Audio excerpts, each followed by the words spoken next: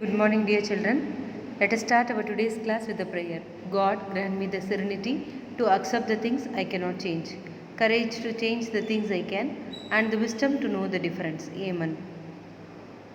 Dear children, today we are going to see the 18th lesson, Organization of Tissues. By learning this lesson, you will come to know the different types of tissues and their morphology. You can identify how tissues are organized in specific patterns to form organs. You will be understanding how tissues perform life activities in plants, and you will gain knowledge about the structural organization of tissues. Let's move on to the lesson. In this video, we are going to see about plant tissues. Unicellular organisms like bacteria and protozoans are made up of single cells. In that single cell itself, all the living activities has been taking place, like breathing, reproduction, excretion, etc. takes place in that a single cell. But on the other hand, multicellular organisms like higher plants and animals are composed of millions of different types of cells that are grouped into different levels of organization.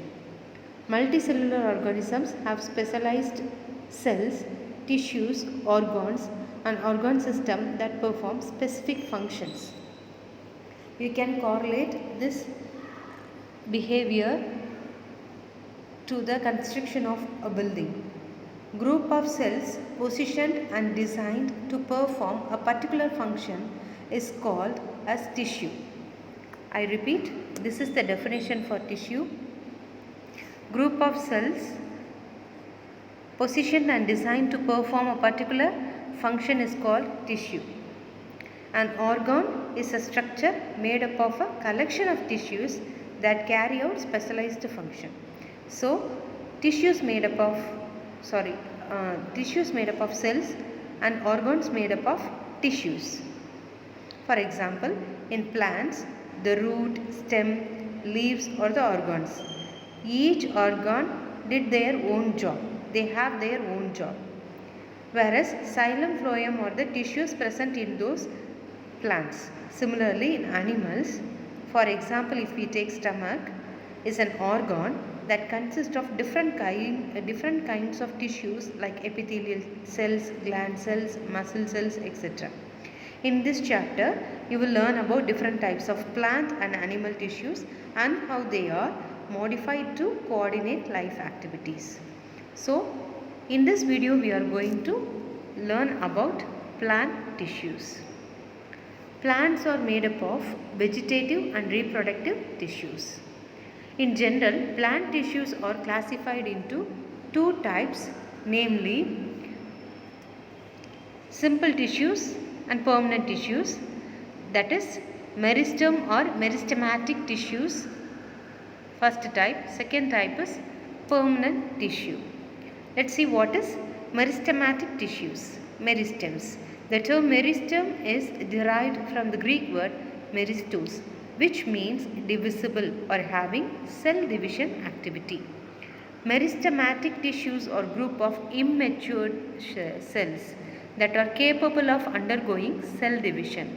So, immature cells undergoing cell division, and we receive as a result we get a matured plant. In plants, meristems is found in zones where growth takes place. For example, at the tip of the stem and root, apex of stem, root, leaf, primordia, vascular cambium, cork cambium. These are all the place where we can see this meristems or meristematic tissues. What are the characteristics of these meristems? They are living cells. These cells are small, oval, polygonal or round in shape. It may be of any shape. They are thin walled and dense with dense cytoplasm, large nuclei and small vacuoles. They undergo mitotic cell division. Regarding cell division, we will be seeing at the end of the lesson. They do not store food materials. They just grow. They split themselves and contributed for the growth of the plant. Let's see the type of meristems based on their position. On the basis of their position in plants, meristems are of three types. One is apical meristem, second one intercalary meristem, third one lateral meristem.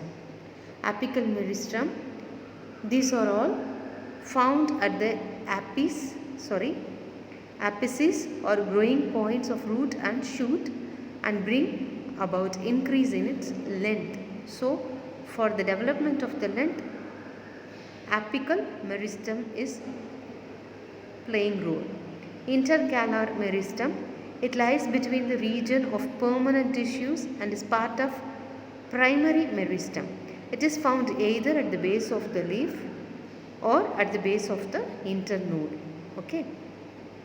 And lateral meristem, these are arranged parallel and causes the thickness of the plant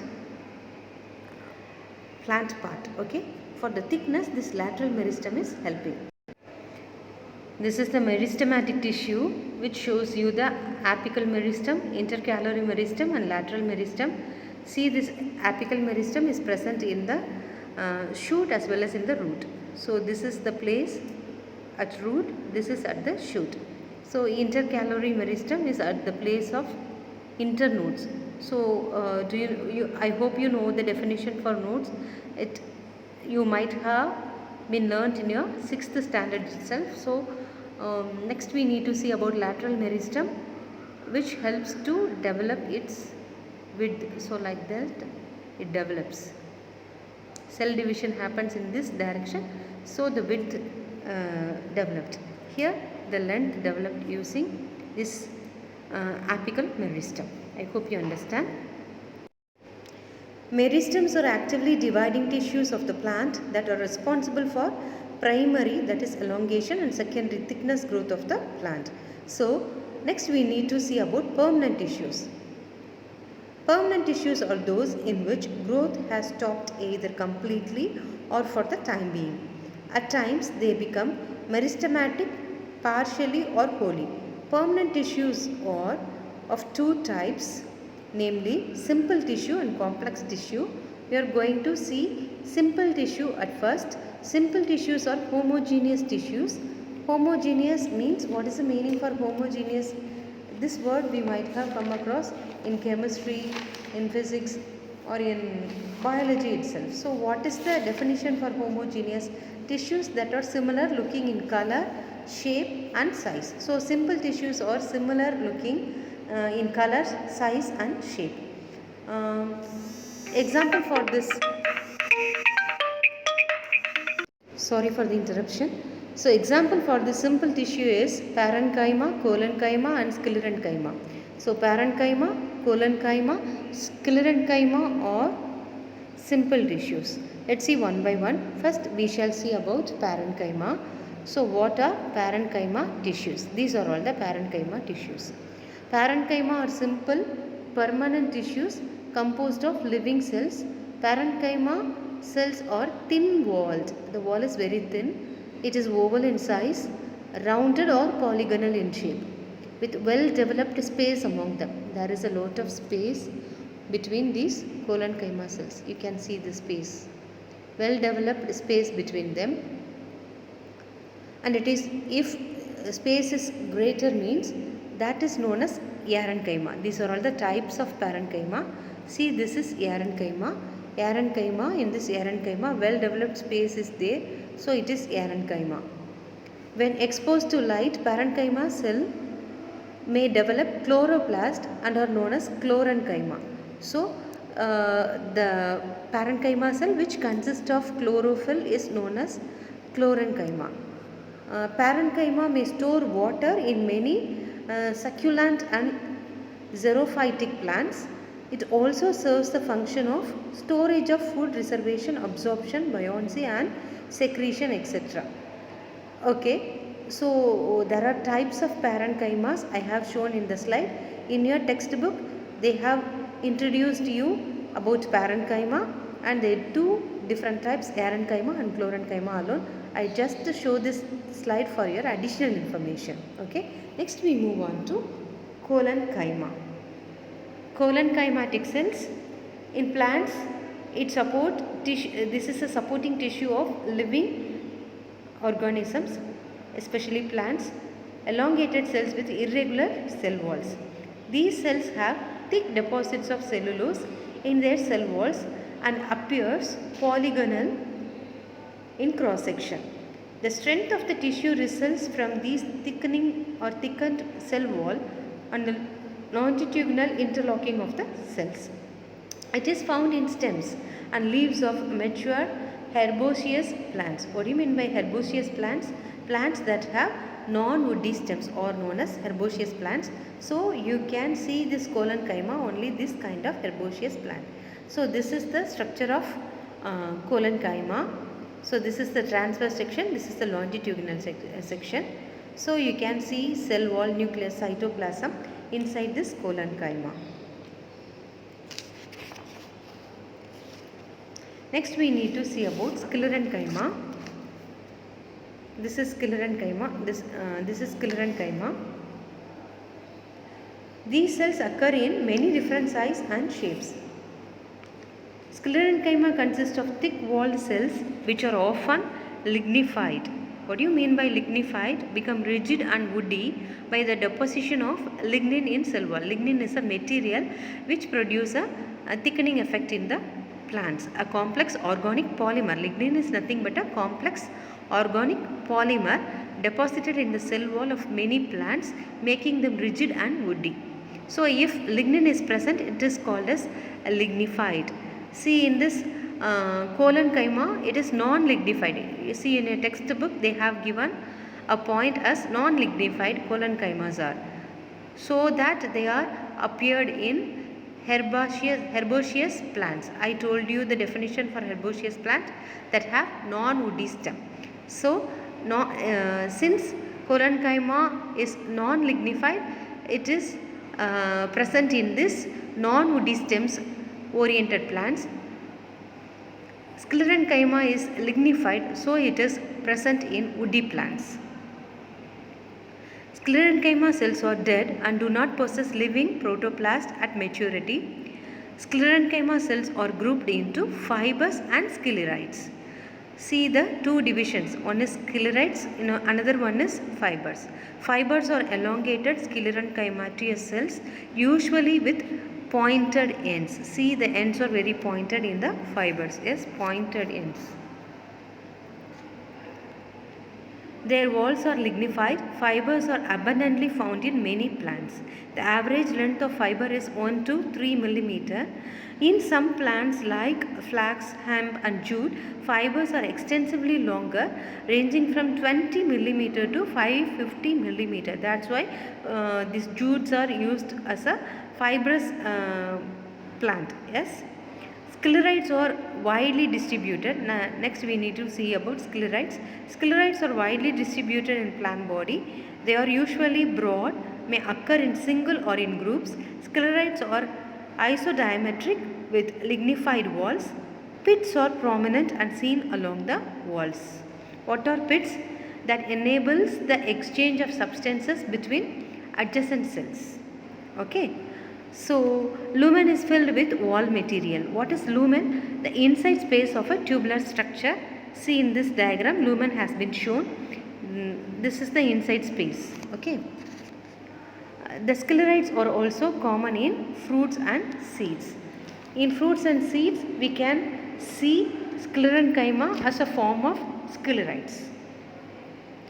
Why we call sclerenchyma as dead cells means, since lignin is present in sclerenchyma, that lignin makes the cell wall impermeable to water and gas.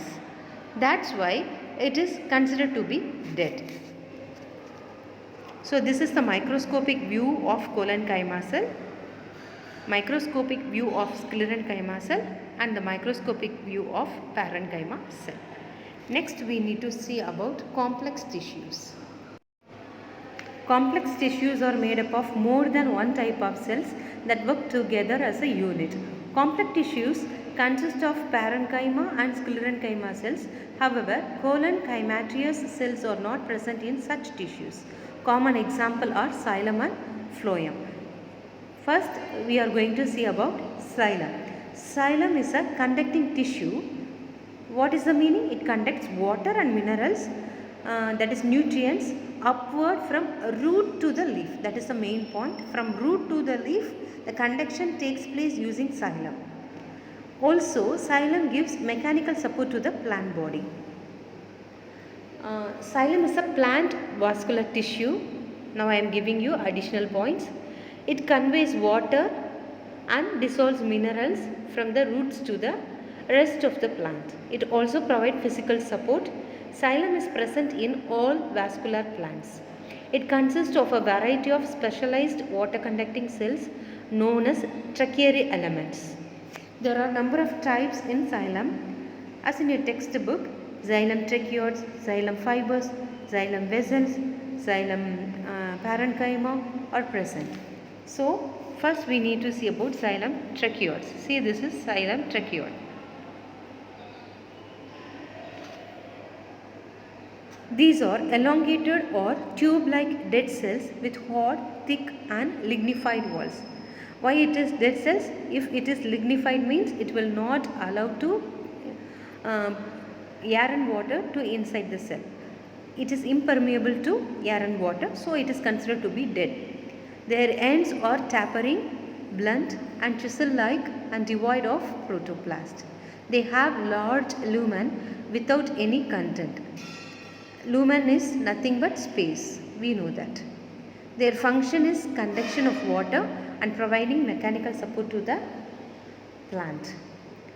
Xylem tracheoids are long, single-celled, non-living, conducting element of xylem with hard, thick and pitted wall. In xylem tracheoids, these tracheoids are situated one above the other and the end wall are in contact with that of other. So, water diffuses through the pits. Function of tracheoid is conduction of water, minerals. It gives mechanical support to the organ where it lies. Next, we need to see about xylem fibers. These are elongated cells, the length of which is many times longer than the breadth. The cell wall is usually thick. It provides mechanical support to the plant. These are xylem fibers. You can see this xylem fiber. Next, we need to see about xylem vessel. Other name for xylem vessel is trachea. Vessels means tracheae. These are long cylindrical tube-like structure with lignified wall and wide centered lumen. You can see the lumen. Yes, the space. These cells are dead as these do not have protoplast. They are arranged in longitudinal series in which the partitioned wall, that is transverse walls, are perforated, and so the entire structure looks like a water pipe. So the two ends of the vessel unit are perforated, means several perforated units are aggregated longitudinally to form a chain of cells. The chain of cells form a tube-like system and usually referred to as a trachea or a vessel. Okay. Their main function is to transport of water and also to provide mechanical strength. Next, we need to see about xylem parenchyma. These are living and thin-walled cells. The main function of xylem parenchyma is to store starch and fatty substances. So, these are all the things about xylem. This is the microscopic view of xylem. Since it conducts water, microscopically when we view, it is in blue color. Next, we need to see about phloem. Phloem is a complex tissue and consists of following elements: Zeev element, companion cells, phloem fibers and phloem parenchyma. Zeev elements, the conducting element of phloem, are collectively called as Zeev elements. Zeev tubes are elongated tube-like slender cells placed end to end. The transverse walls at the end are perforated and are known as Zeev plates. The main function of Zeev tube is translocation of food from leaves to the storage organs of the plants. See, xylem transport water from root to the stem. other part of the body. Phloem transport the food which is prepared by the leaves, from leaves to the storage organs of the plants. What are the storage organ of the plants? Flower, fruits, these are all the storage parts. Not only to the storage part, to the other parts of the plant. Next we need to see about companion cells. These are elongated cells attached to the lateral wall of the sieve tubes. You can see the companion cells along with the sieve tubes. Yes, this picture you can see nicely. See the companion cell next to this sieve tube. Okay. These are elongated cells attached to the lateral wall of the sieve tubes. A companion cell may be equal in length to the accompanying sieve tube element, or the mother cell may be divided transversely, forming a series of companion cells. Next we need to see about phloem parenchyma. This is about sieve cell. Phloem parenchyma. This is phloem parenchyma cell. The phloem parenchyma are living cells which have cytoplasm and nucleus. You can see the nucleus in this parenchymatic cell. Their function is to store food materials. Phloem fiber. You can see the phloem fiber, the next picture.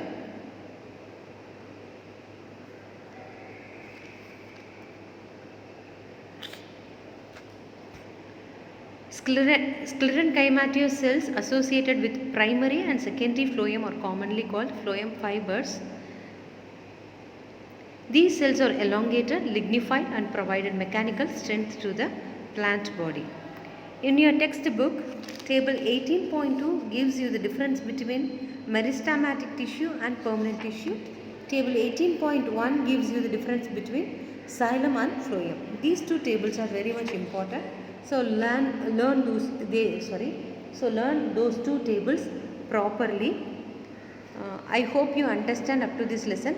We are going to see about animal tissue in a separate video. All the best. God bless you. Thank you.